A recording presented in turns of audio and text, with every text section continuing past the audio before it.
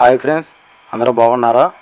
ఇవాళ మనం ఈ షార్ట్ వీడియోలో వచ్చేసరికి ఒక చిన్న ఇన్ఫర్మేషన్ అని చెప్పాలనుకుంటున్నాం ఫ్రెండ్స్. ఏంటంటే మన చాలామంది రైతులకి స్ప్రేలకి, ఆయిన్మెంట్లకి, ఫోమ్కి తేడా తెలియదు. ఇలా బెజ్జాలు పడిపోతూ ఉంటాయి కోళ్ళలో మనకు సర్వసాధారణంగా.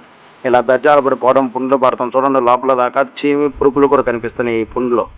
ఇలా ఉన్న టైంలో మనం ఏ మెడిసిన్ వాడాలని తెలియక రైతులు చాలా కోళ్ళు లాస్ అయిపోతూ ఉంటారు.